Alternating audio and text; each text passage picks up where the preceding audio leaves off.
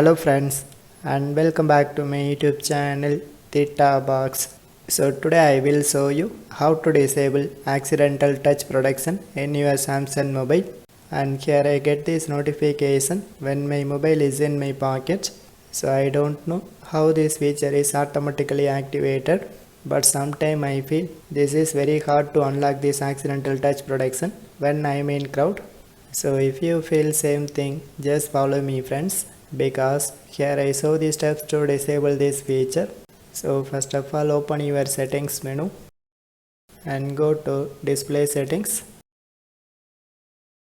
and slightly scroll down, and here you can see this is that option called accidental touch protection, and here they mention the one important point: this feature only works in dark place such as pocket or bag. So if you don't like this feature, just disable it.